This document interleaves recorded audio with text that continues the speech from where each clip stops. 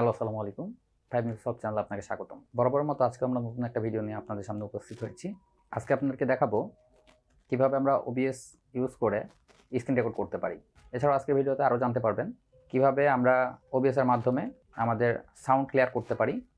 আমাদের ভিডিওতে কোনো নয়েজ থাকলে সেটা কিভাবে আমরা রেকর্ড করার সময়ই আমরা সেটা নয়েজ গেট ইউজ করে কিভাবে আমরা সেটা রিমুভ করতে পারি সেটা দেখানো হবে, এবং এর পরবর্তী আমাদের OBS নিয়ে আরও কিছু ভিডিও দেওয়া হবে, আরও কিছু টিউটোরিয়াল দেওয়া হবে। আপনারা সেগুলা দেখতে চাইলে অবশ্যই আমার চ্যানেলটিকে সাবস্ক্রাইব করুন। চলুন দর্শক, কথা না বাড়িয়ে আমরা ভিডিওটি শুরু করি।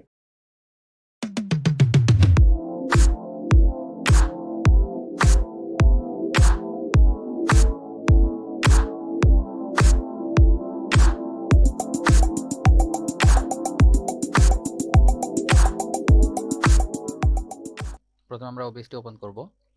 আমি যেহেতু এই ভিডিওটি OBS এর মাধ্যমে রেকর্ডিং করেছি, স্ক্রিন রেকর্ড করেছি, তো সেক্ষেত্রে আমাকে এখানে ওয়ার্নিং দিচ্ছে। তো আমি আপনাদের সুবিধার্থে আমি এখানটায় আবার নতুন করে ওপেন করে নিচ্ছি।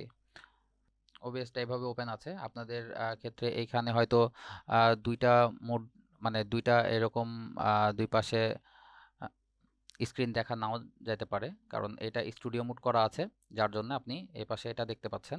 আমরা যখন অন্যদিকে কিছু করব তখন এটা নাও থাকতে পারে। তো আপনি চাইলে এখানে স্টুডিও মোড করলে আপনি এভাবে দুই পাশে দেখতে পারবেন, বা ওপরে আরও অনেকগুলো অপশন আছে, এই অপশনগুলো আপনারা দেখে করে নিতে পারবেন। যেমন এই যে আপনার এখান থেকে টুল বারগুলো নিতে পারবেন নিজেদের মতো করে।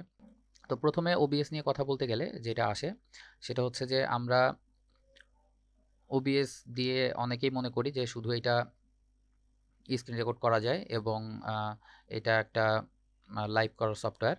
তো আমরা OBS নিয়ে পরপরই কিছু ভিডিও কন্টিনিউ করব।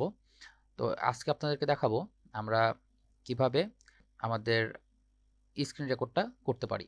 তো স্ক্রিন রেকর্ড করতে গেলে আমাদের প্রথমে এখানে দেখেন যে আপনি একসাথে একই একই একটা OBS ইউজ করে অনেকগুলো কাজ একসাথে করতে পারবেন। এখানে যেমন অনেকগুলো সিজন অ্যাড করতে পারবেন নতুন করে, সিজন 2 করে। আবার এই যে যেমন আমার সিজন 1 এখানে আছে, এপাশে আমি এখানে ডিসপ্লে ক্যাপচার করে রেখেছি।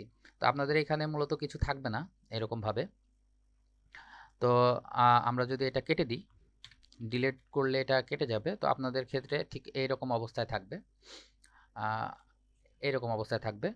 এখন এখানে আমাদেরকে অ্যাড করতে হবে। আমরা কি অ্যাড করতে যাচ্ছি? আমরা প্রথমে কিভাবে আমরা OBS দিয়ে ডিসপ্লে রেকর্ডিংটা করব, মানে আমাদের পিসিতে কিছু দেখাইতে চাইলে সেটা কিভাবে রেকর্ডিং করতে হয় সেটা আপনাদেরকে দেখাবো। তো আমরা প্রথমে আমাদেরকে করতে হবে কি, এখানে গিয়ে দেখেন এই যে ডিসপ্লে ক্যাপচার নামের যে অপশনটা আছে এটাকে আমাকে সিলেক্ট করতে হবে এবং এখানে ওকে করতে হবে। ওকে করলে এখানে আপনাকে অটোমেটিক দেখাবে, এখানে কিছু করার দরকার হয় না। আপনাদের যে মনিটরে যে ডিসপ্লে থাকে সেই ডিসপ্লে অনুযায়ী বাই ডিফল্ট অটোমেটিকলি নিয়ে নেয়। আমরা এখানে ওকে করব। আচ্ছা, ওকে করলে হচ্ছে কি যে আমাদের স্ক্রিন রেকর্ডিংটা সম্পূর্ণ এই দেখাচ্ছে আপনাকে এই স্ক্রিনের মধ্যে। এইটা দেখাচ্ছে যে এটা আপনি বলতে পারেন যে এটা আপনার স্টুডিও, আর এটা আপনি যেটা প্রোগ্রাম করতে যাচ্ছেন এটা হচ্ছে লাইভ। তো যাই হোক, এই পাশে আপনি আপনার স্টুডিওতে কাজ করবেন এবং আর এই ট্রানজ্যাকশন দিলেই এই পাশে যে প্রিভিউটা থাকবে এটা হচ্ছে অরিজিনাল প্রিভিউ, মানে এইটা আপনি যেখানে দেখাবেন সেটা সেখানে দেখাতে পারেন। তো আমরা দিয়ে দিয়েছি। এখন এখানে জাস্ট আমরা যদি এই যে এখানে দেখেন যে স্টার্ট রেকর্ডিং আছে, আমরা যখন এখানে স্টার্ট রেকর্ডিং ক্লিক করব তখন আমাদের রেকর্ডিংটা চালু হয়ে যাবে। আচ্ছা, এর সাথে আমাদের আরও অনেক কিছু করতে পারি। যেমন আমরা যদি নয়েজের মধ্যে কোথাও রেকর্ড করতেছি বা আপনার আশেপাশে কোথাও নয়েজ হচ্ছে, তখন আপনি চাইলে কোনো ভিডিও এডিটিং সফটওয়্যার ছাড়াও আপনি এখানে অনেক সহজে নয়েজ রিডাকশন করতে পারেন। সেটা কিভাবে করবেন আমি একটু বলে দিচ্ছি আপনাদের। তো এখানে গিয়ে আপনাকে প্রথমে অডিও ইনপুট ক্যাপচার নিয়ে নিলেন। ওকে, আচ্ছা, এখন এই অডিও ক্যাপচারের মধ্যে যে ফিল্টার আছে ফিল্টারে যাবেন। ফিল্টারে গিয়ে জাস্ট এখানে ক্লিক করবেন, করে এই যে এইখানে দেখেন নয়েজ গেট আছে, আপনি নয়েজ গেটে ক্লিক করবেন। নয়েজ গেটে ক্লিক করলে আপনি এখান থেকে জাস্ট আপনার প্রয়োজন মতো আপনি নয়েজ গেটটা সেট করে নিতে পারেন, তাহলে কি হবে যে আপনার আশেপাশে কোনো সাউন্ড থাকলে সেটা ঠিক হয়ে যাবে বা সেই নয়েজটা আসবে না।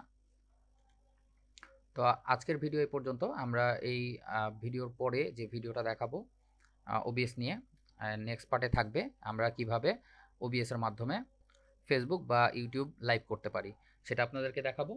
তো আজকে এই পর্যন্তই। আর নেক্সট ভিডিও দেখার জন্য অবশ্যই আমার চ্যানেলটিকে সাবস্ক্রাইব করে রাখুন। আর সামনে যে বেল বাটনটি আছে সেই বেল বাটনটিতে অবশ্যই ক্লিক করবেন, তাতে আমার ভিডিওটি আপলোড হলে আপনি যেন খুব সহজে পেয়ে যান। ভালো থাকবেন সবাই। আসসালামু আলাইকুম।